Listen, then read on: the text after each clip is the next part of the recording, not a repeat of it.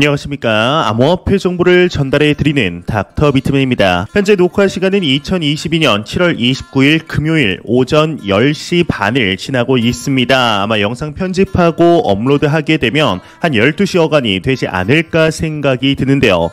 어제부터 이어온 암호화폐 시장의 상승세가 가격을 여태까지 잘 지켜주고 있습니다. 이 암호화폐 시장에는 여전히 많은 소식들이 나오고 있는데 오늘 남은 시간도 잘 마무리하시길 바라면서 내용 바로 시작하도록 하겠습니다. 구독과 좋아요, 알림 설정 부탁드립니다. 네, 현재 암호화폐 시장의 가격 상황 그리 나쁘지 않습니다. 오히려 오전보다 더욱더 상승한 모습을 보여주고 있는 것 같은데요. 일단 코인 마켓캡을 기준으로 메이저 탑10 코인들 전반적으로 살펴보도록 하겠습니다. 시가총액 1위의 비트코인의 경우는 전날 대비 4.58% 상승했습니다. 23,800달러대. 2위의 이더리움의 경우는 6.68% 상승한 1,717달러를 나타내고 있습니다. 6위의 우리 게르게 코인 리플 XRP의 경우는 전날 대비 4.24% 상승하며 0.37달러를 나타내고 있으며 8위의 에이다의 경우는 2.63% 상승하면서 0.51달러를 나타내고 있습니다. 비트코인의 도미넌스, 이더리움의 도미넌스는 각각 41.6%, 19.1%를 나타내면서 특히나 이더리움이 계속해서 도미넌스가 올라가고 있습니다.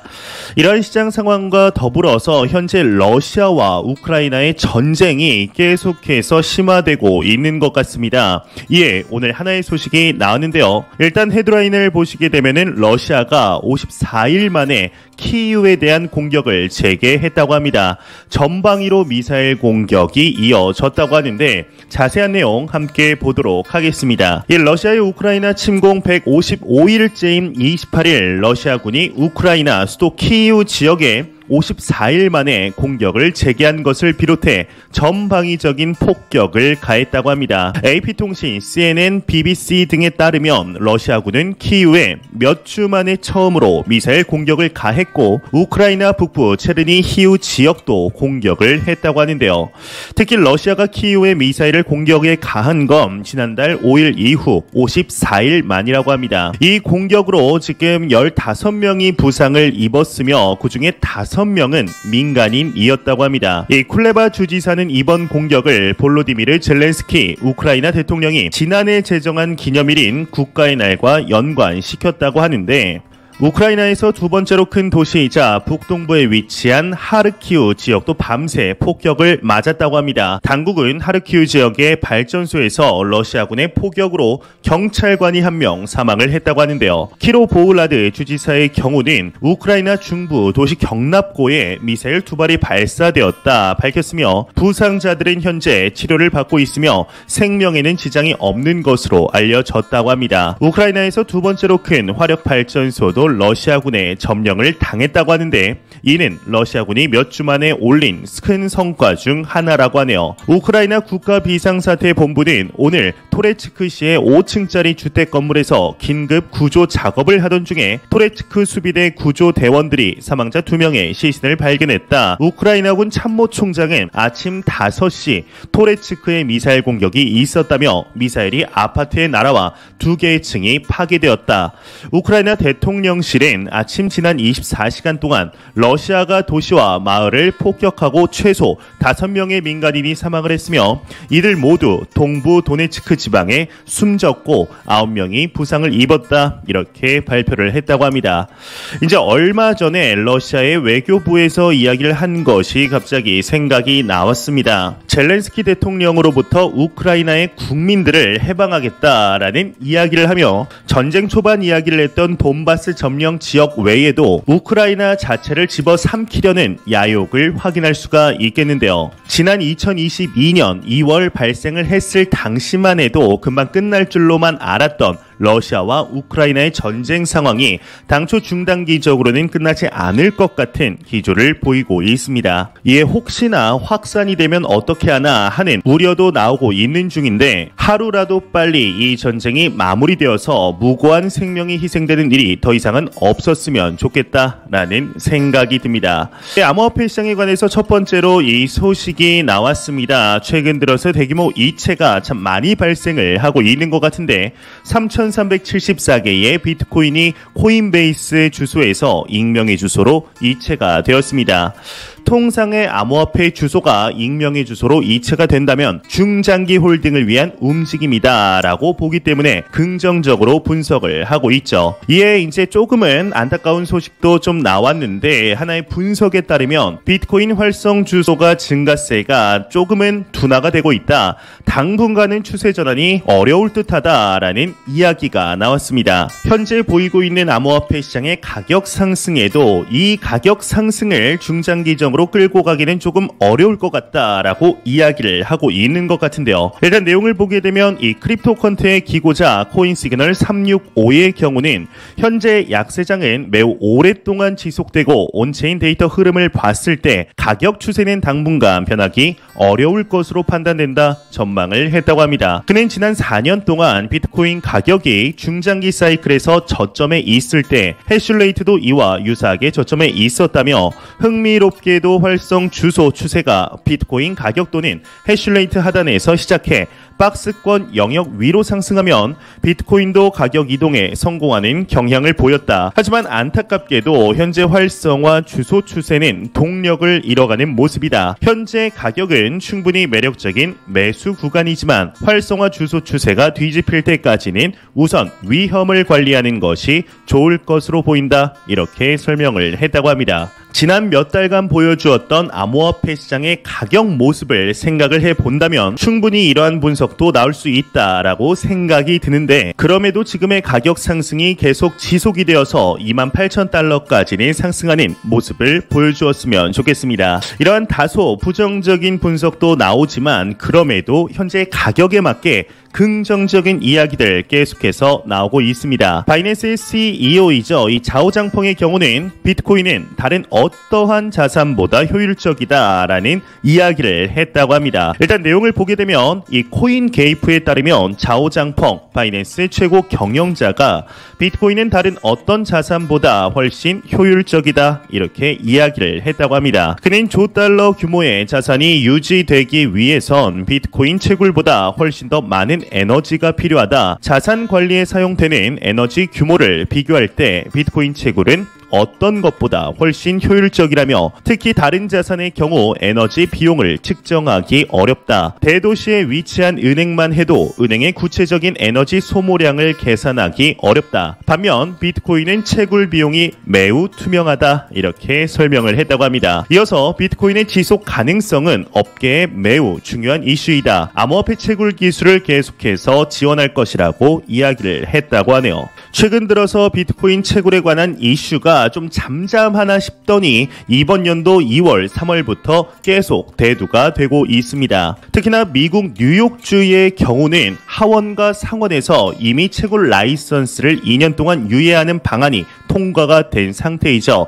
이제 최종적으로 주지사의 서명만이 기다리고 있는 상황인데, 얼마 전 유럽 의회에서 또한 암호화폐 채굴에 관해서 논의가 되는 등 다시 한번 재점화되고 있는 모습을 보여주고 있습니다. 이 채굴에 관해서 생각하는 바는 투자자분들 모두 다 다르겠지만 정말로 POW 방식 자체가 POS보다 안 좋은가에 대해서도 곰곰이 생각을 해보아야 하지 않을까 생각이 드는데요. 이에 관해서는 제가 영상으로 따로 한번 만들어 보도록 하겠습니다. 이런 소식과 더불어서 이제 정말 얼마 남지 않았습니다. 이제 다가오는 9월 시가총액 2위의 부대장 코인 이더리움이 역대급 업데이트를 앞두고 있는 상황인데, 이에 이더리움의 창시자이죠 비탈릭 부테린이 오늘 새로운 이야기를 하고 있습니다. 일단 이더리움 머지가 이더리움 가격 반영에 아직 되지도 않았다라고 이야기를 한 것인데, 일단 내용 한번 보도록 하겠습니다. 28일 비탈릭 부테린이 이더리움 창시자는 인터뷰에서 이더리움 머지는 아직 발생하지도 않았고 이더리움 가격에 반영되지도 않았을 것이다, 이렇게 생각한다 이야기를 했다고 합니다. 그는 이더리움 머지는 9월 19일 발생할 가능성이 가장 높으며 이더리움 메인넷과 비콘 체인의 통합 즉시 완전한 지분 증명, 즉 POS 전환이 완성되지 않을 것이다 라며, 올바른 시장 상황에서 이더리움 가격에 머지가 영향을 미치기까지는 약 8개월의 시간이 걸릴 수도 있다라고 이야기를 했다고 합니다. 이어서 통합이 일어날 때까지 가격은 책정되지 않는다라고 이야기를 했다고 하는데, 현재의 이더리움 가격은 미래에 형성될 가격에 비해서 상당히 낮은 상태이다라고 이야기를 하고 있는 것이죠. 내용을 추가적으로 보게 되면 최근 암호화폐 시장에 연출된 미니 불마켓도 POS 전환 이슈가 명확해진 이더리움이 상승장을 견인했다는 평가라고 합니다. 또 기관 중심의 POS 전 이더리움 롱 베팅의 움직임도 나타났다고 하는데, 그러나 일각에서는 이더리움의 건전성에 의문을 제기했다고 합니다. 이제 제가 얼마 전에 영상에서 소개를 해드린 것인데, 비트코인의 홍보 기업이라고 불리우는 이 마이크로스트래티지의 CEO 마이클 세일러가 이 이더리움에 대해서 기술 개발 및 윤리적인 측면에서 의문을 제기한 것이죠. 이제 트위터를 통해서 비트코인은 떠오르는 디지털 자산 경제에 건전한 윤리적, 기술적, 경제적 기반을 제공한다라며 현재 암호화폐 규제 및 합리화의 물결의 주요 수혜자가 될 것이다 라고 이야기를 하면서 비트코인이 우위에 있음을 강조하였습니다. 이제 여러분들은 어떻게 생각을 하시나요? 특히나 이더리움의 POS 업데이트 머지 업그레이드로 인하여 이더리움 클래식이 반사 이익을 보고 있는 중인데, 과연 실제로 9월달 이루어지게 되었을 때 이더리움의 가격이 어떻게 변화를 하게 될 것인지 충분한 퍼포먼스를 기대해보아도 좋지 않을까 생각이 듭니다. 하지만 그간 보여주었던 이더리움 재단의 모습을 보았을 때 8월 중순쯤에 갑자기 머지 업데이트가 조금 더 미뤄질 것 같다, 연말에는 또 내년 상반기 이렇게 미루는 것이 아니냐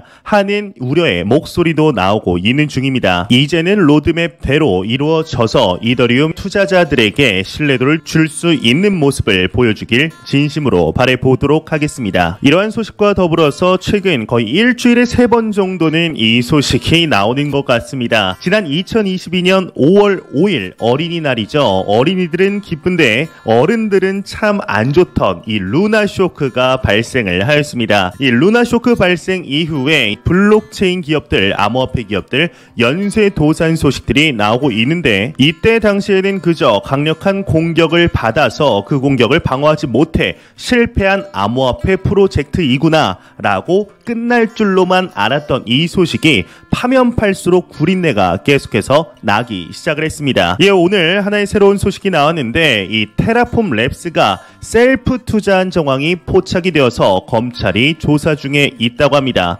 일단 내용을 보게 되면 이 KBS 단독 보도에 따르면 테라와 루나가 자전 거래로 거래량을 부풀린 것으로 확인이 되었다고 합니다. 이 테라와 루나는 한때 가상화폐 거래소에서 업계 최고 수준의 거래량을 보이며 투자자를 끌어 모았는데요.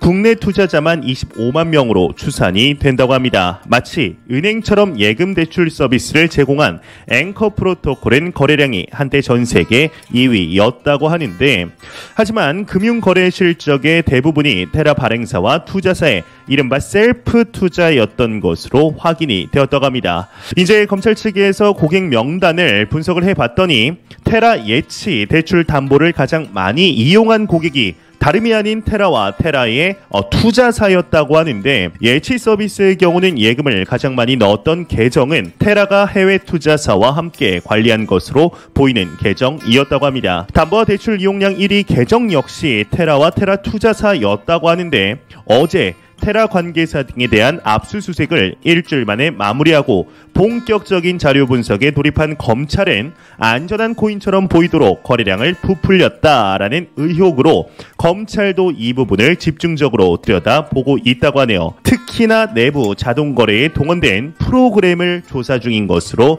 파악했다 이야기가 마무리되고 있습니다. 참 파면 팔수록 이상한 이야기들만 나오며 정말 감옥에 안 가고 있는 것이 신기할 정도인 이 테라 사태가 앞으로 어떠한 국면에 접어들 것인지, 조입할 8명이 모여도 테라폼 랩스가 미친 이 가격에 발끝에도 미치지 못한다는 이야기가 나오고 있는데요. 특히나 얼마 전 대한민국 정부의 경우는 이 권도영 대표가 자기들이 빨리 이제 대한민국에 들어오지 않는다면은 인터폴에까지 연락을 하겠다라고 경고를 한 상태이죠. 이 정도면 권도영 대표가 슬슬 이제 앞으로 나올 나올 때가 되지 않았을까 싶은데요. 아마 권도영 대표가 어디에 있든 하루라도 마음 편할 날이 없지 않을까 하는 생각이 듭니다. 이러한 소식과 더불어서 최근 이러한 이야기들 아마 심심치 않게 들어보셨으리라 생각이 듭니다. 바로 은행에서 암호화폐 서비스를 진행한다라는 내용이 꼭 대한민국뿐만 아니라 글로벌적으로 많이 퍼지고 있는데, 실질적으로 미국의 경우는 실제로 서비스를 하고 있는 은행 또한 증가를 하는 상태이죠.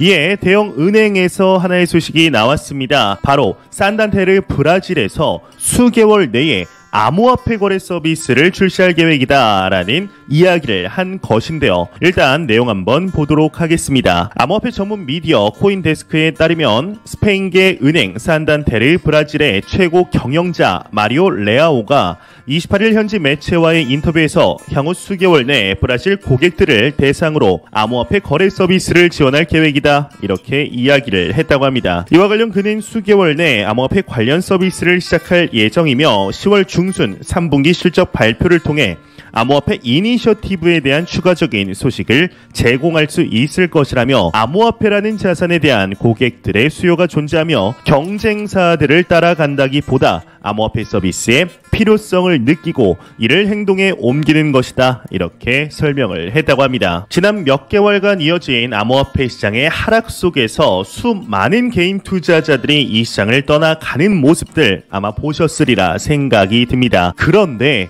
그럼에도 불구하고 계속해서 암호화폐 기업들, 블록체인 기업들에 투자하고 있는 벤처 캐피탈 수많은 은행들이 암호화폐 시장에 진입을 하고 있는 이러한 시기를 과연 우리는 어떻게 생각을 해야 할까요? 이는 조금만 생각을 해보면 답이 나오지 않을까 싶은데, 특히나 얼마 전 대한민국의 은행협회와 핀테크 업계 또한 윤 정부에 공식적으로 이야기를 하였습니다. 우리도 암호화폐 거래소와 같이 서비스를 할 수 있게 해달라라고 하는 것이죠. 마치 암호화폐 시장이 현재는 파이가 축소되고 있고 시장이 침체되어 보이지만 그리 머지않은 미래에 성장할 수밖에 없다라는 것을 알고 있는 듯 보이고 있는데요. 과연 앞으로 이 시장이 어떻게 성장을 하고 변화를 하게 될지 충분히 기대해보아도 좋지 않을까 하는 생각이 드네요. 안 보고 가면 섭섭하겠죠. 마지막 크립토 공포 탐욕 지수입니다. 가격 상승의 영향일까요? 전날 대비 무려 7포인트 상승한 39포인트를 기록하며 이제는 극단적인 공포 단계가 아닙니다. 멀리 벗어났죠. 그럼에도 공포 단계인데요. 이 지수는 0이면 공포, 100이면 낙관을 의미하게 되죠. 현재 시간이 지남에 따라 암호화폐 시장에 계속되는 상승세가 투자자분들의 투자 심리를 올려주고 있습니다. 정말 얼마 만에 보는 이러한 장인가라는 생각이 드는데요. 이러한 단기적인 상승이 계속되게 될지 아니면 내일이라도 다시 한번 또 추가 하락을 하게 될지 이는 그 누구도 맞출 수가 없는 것이 사실이죠. 그렇지만 하나 확실하게 말씀을 드릴 수 있는 건 그리 머지도 않은 시간 3년 뒤 2025년에도 현재와 똑같은 시장 파이를 가지고 있을 것이라 생각을 하시나요? 저는 100% 확신합니다. 현재의 가격이 굉장히 저렴해 보이는 시기가 3년 안에 올 것이라는 것을 말이죠. 일각에서는 아직도 이러한 목소리들이 나오고 있습니다. 그 비트코인, 암호화폐, 그 크립토 시장 그거 도박 아니냐, 투기 아니냐라는 이야기가 아직도 나오고 있습니다. 리스크가 없는 곳엔 기회도 없습니다. 이러한 이야기들이 오히려 많이 나올수록 현재 투자를 하고 있는 여러분들과 저는 오히려 더욱더 좋은 기회 속에 있는 것이 아닌가 하는 생각이 드네요. 제가 준비해온 소식은 여기까지입니다. 영상 도움이 되셨다면 구독과 좋아요 그리고 광고 한 편만 처음부터 끝까지 시청 부탁드립니다. 이 채널은 오직 광고 수익으로 운영이 되게 됩니다. 항상 영상 시청해주시는 시청자분들, 구독자분들 너무나 감사드립니다. 오늘 남은 시간도 잘 마무리하시길 바라면서 저는 더욱 도움이 되는 영상으로 찾아뵙도록 하겠습니다. 지금까지 닥터 비트맨이었습니다. 감사합니다.